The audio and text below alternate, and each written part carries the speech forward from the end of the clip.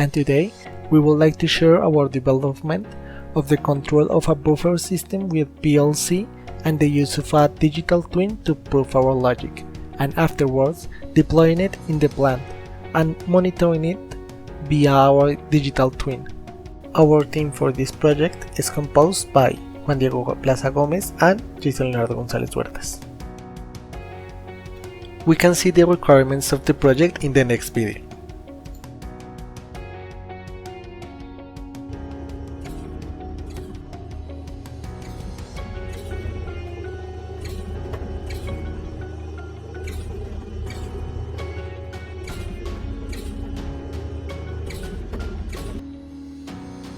The architecture in which our system is working can be easily represented with this diagram, where we show three levels of the automation pyramid.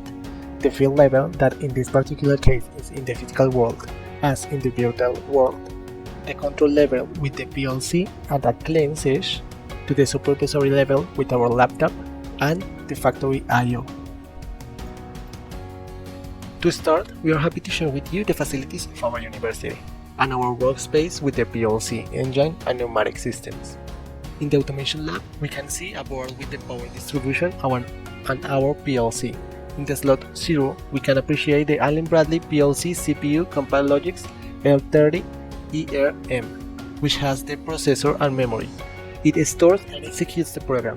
In our project, we also use the power source from Allen Bradley. We can see as well the digital input module 1769IQ16, which allows 14 digital inputs for our sensors. At his side, we have the digital output module 1769OW8 that has 7 outputs with which we can control our actuators. In the board, we can also appreciate the start and stop buttons. They will be one option to start the whole system. In the first place, and related with our first conveyor, we have the engine system, which is conformed by the magnetic starter that protects the engine from current overloads, the soft starter that protects the engine from damage caused by sudden influxes of power by limiting the inrush current associated with the engine startup, and our 1 horsepower Siemens engine. Next, we have our pneumatic system that is brought by a source with a compressor from the lab and put into our control valve source and distributed to 2 valves.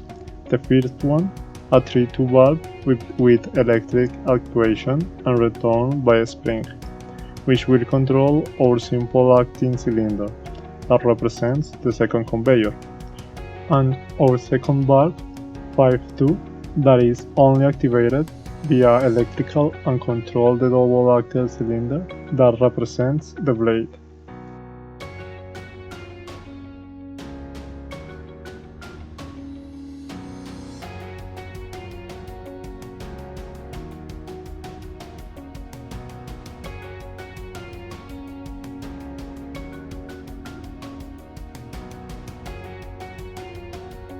To program the PLC, it is necessary to create a connection between the PC and the CPU.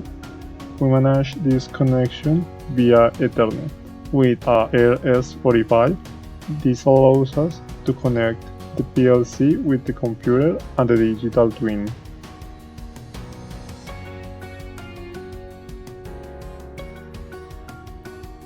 The software that was used in this project was Factory I/O, the environment where we saw the example and where we can simulate the basic physical behavior and prove the logic before we deploy it in the physical system, which help us to evaluate the robustness of our program and avoid problems with the expensive hardware. Studio 5000 from Rockwell Automation, where we can write the program in ladder language and download it in the PLC. Rockwell Automation also gives us the tool of RS links, where we can build the OPC connection between Studio 5000 and the PLC, and it is necessary to configure it in the RS Links program as well as in the Studio 5000.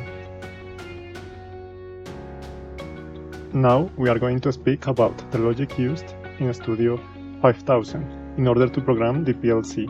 First, it is important to mention that there are buttons with physics and virtual representation, while there are others that only have a virtual representation, like the emergency stop.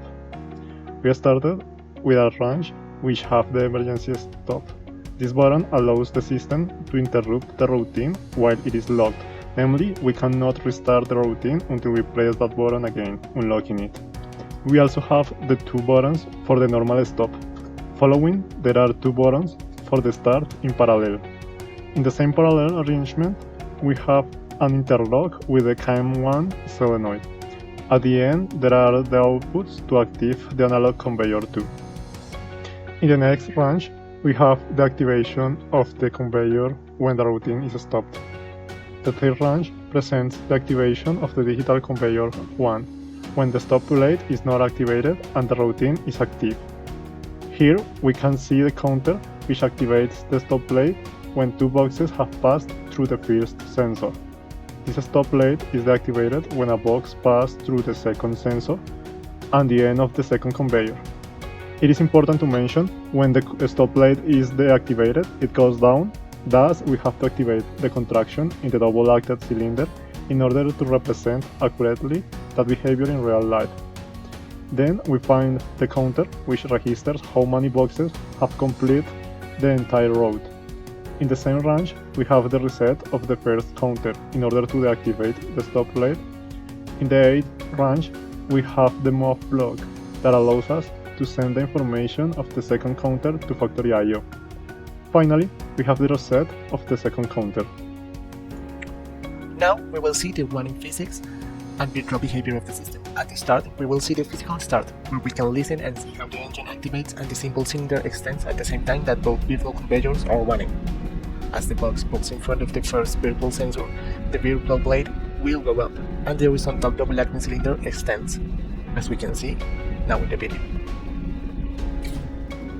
As this happens, moments later, we push the stop physical button, where as the second conveyor stops, the vertical cylinder contracts. We repeat this process, and this way we can prove the functionality of the physical connections. Now, if it is necessary to manage the system virtually, it can also be an option. In this example, we are clicking the stop. We can see how the virtual machine and the physical system respond at the same time, the same way as the physical stop. Another option that we just have in the virtual machine is the emergency button, that once activated, it gives a stop command and it sticks to the position, and therefore the start does not activate the machine until the emergency button is released. Once released, another button, an actuator that we can only see in the virtual machine, is the reset button, and the counter. The counter counts every time the process of a box finishes, and the reset button restarts this counter.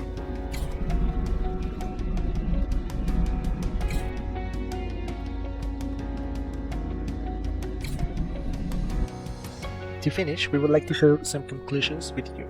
First, the digital twins allow us not only to prove and monitor it, but also to control a system. Once this is done, it opens the door for a lot of possibilities. Second, it is really important to prove the code before running in the physical world, and the tools of Rockwell Automation, Allen Bradley, and Factory I/O allow us to prove our logic in a simulated environment, where we can change several parameters to prove the roughness of our control system and our code. Third, the safe stop is an important concept, not only of how it is programmed, but also its meaning for the safety of the process. This project was also a work that changed our mindset for our professional life, as it gives us the practice with hardware that is being implemented in several industrial solutions, and teaches us not only to work with it, but also to complement it with new software tools under the new view and paradigm of virtual twins.